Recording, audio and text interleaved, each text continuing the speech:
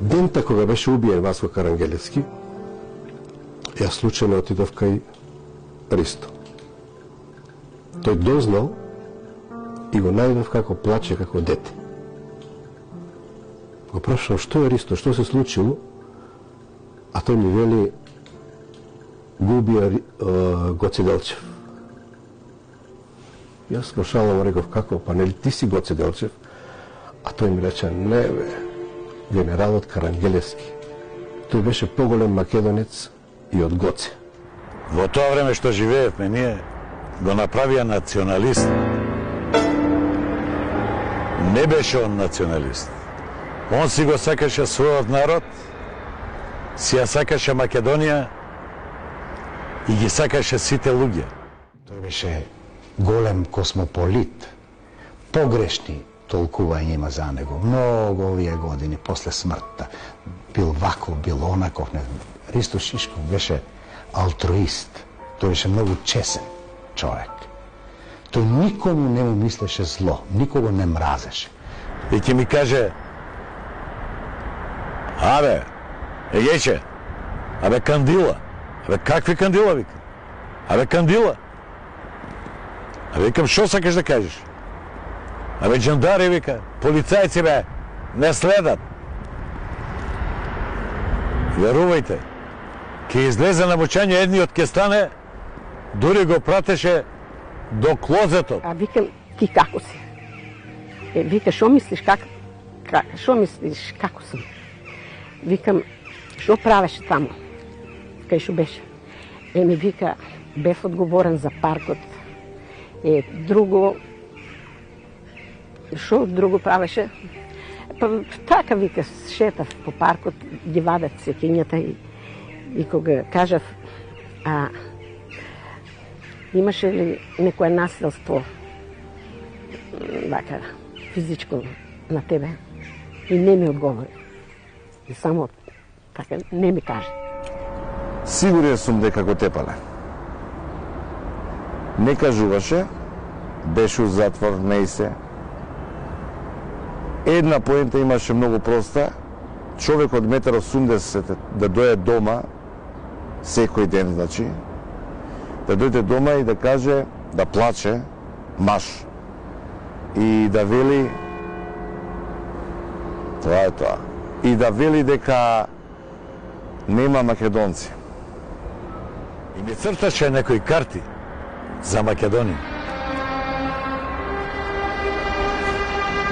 И ми викаше, ако смееш, влези бе Егеец, влези во мојата територија.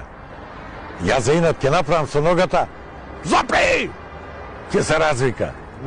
Една случка ми остави особен впечаток и после тоа до ден денешен жалам што во тој момент нема фотографски апарат или филмска камера. И ние продолживме муабет и наеднаш ја сватив дека нешто не е во ред. Погледна во Ристо воопшто не беше присутен со мислите, не слушаше едноставно што ние зборуваме. И практично го фатив неговиот поглед, тој гледаше низ нас. И се свртев наназад на кај Беласица на кај езерото и сватив дека Ристо гледа таму, некаде во тие редиштата, сакаше да го открие својот кукуш. Затоа жалам за тој миг, жалам што немав фотографски апарат. Да ја сликам таа безмерна болка на Ристо Шишков. Го затворија неговите колеги, љубоморни на него. Јас со него сум поминал најмалце 10 играни филма и не знам колку театарски представи, колку ТВ драми и серии.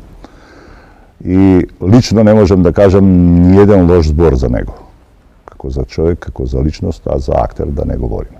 Мислам, имавме сосема коректни односи. Шиле е жртва на неговите пријатели. Едно се процесите и тоа е најтажната работа. И работа која што не се простува.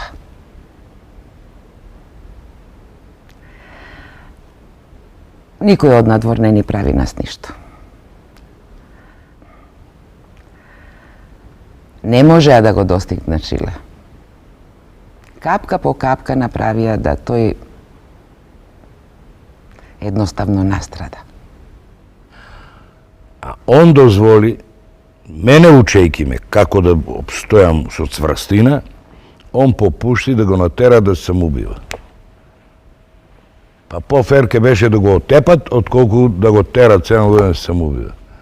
Мислам, не е фер, нели?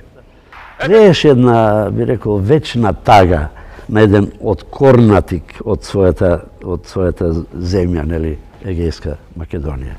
Значи, тој едноставно ја носеше таа во себе си таа тага и им ја поземуваше на ликовите што ги толкуваше. Тој историската личност на Гоце Делчев ја претвори во жива легенда. Тој беше огромен како фигура, но многу топол, многу во убавиот смисол на зборот, со едно огромно срце, секојаш беше, како да кажам, огромен како физикус, но секојаш присен и многу мал со луѓето кои ќе се сретне. Шишков Христо јавно постојано се залагаше зошто туги актери играат во македонските филмови, нели? Но тие и понатаму ги играа главните улоги, а тој еве во спомнатиот време води играше српски џандар, видите, за иронијата да биде голема, а во Црвениот конј, наместо да го игра главниот лик, го играше грк. Vamos! Састој Ксаналео, оте ли ги фикаме? Трепаме пузен, скофоцика сим преспа и полепјастика! Ми се чини дека требаше да помине некое време за да се роди таа свеста дека македонскиот филм треба да го прават македонски автори, нели, вклучително и актери, и така од една ситуација на која големите луѓе на Македонија и од политиката се смееа, нели, некои ситни души успеа да внесат еден таков немир кај Ристо Шишков. Тргна тркалото се врти на долница и ситуацијата за Шилев стана се полоша и полоша. Он играше српски офицер, војник, полицаец, тоа што играше главната улога, машкаш имаше, затоа што не можеше да говори српски. И како што течева сцените, како се повторувава кадровите, дубловите на снимање.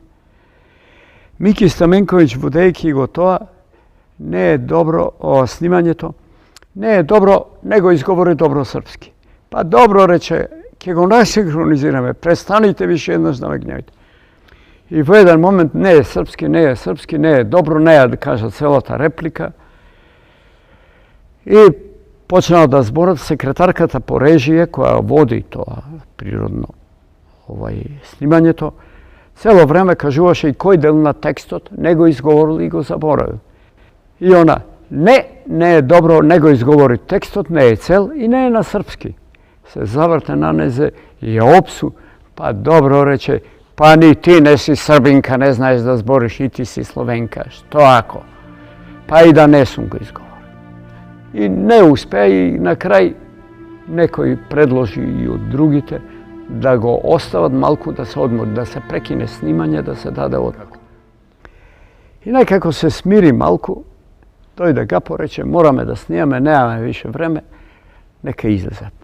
Дојдовме на сцена, покуша повторно, уште едно, 2-3 дубла, не е добро, не е српски изговорено и не е целиот текст. Мики Стаменковиќ се заинати тотално. И Гапо на некој изгледа ипак се освести и тој малку. И прекина со снимањето. Го качивме во такси и заминавме во хотелот. Она што потоа се случуваше беше нељудски и целата екипа на чело со режисерот дојде до заклучок дека подобро е да продолжиме утре дента.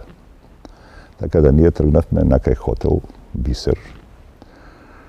Во својот гнев дека е прекинато снимање поради него, Ристо не сакаше да оди да спие и да одмори, седнавме во ресторанот.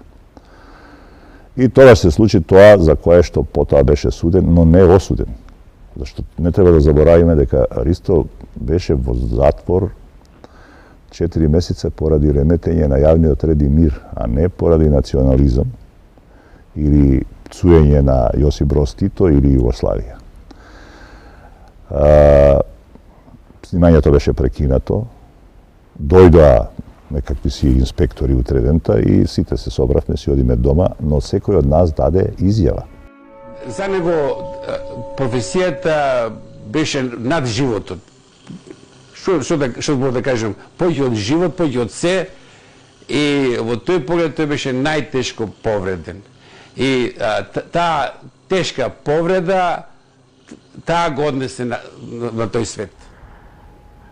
Поземајќи му го театарот, филмот, оземувајќи му го глумиштето, практично губија.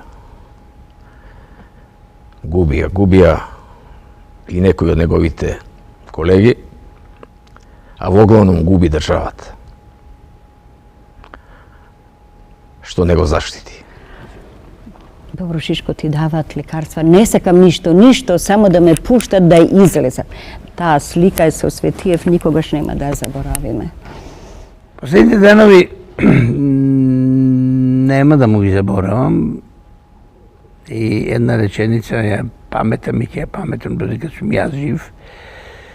А тоа е, не сум спремен уште да го напуштам овој свет, меѓутоа гледам дека снагата ми издава.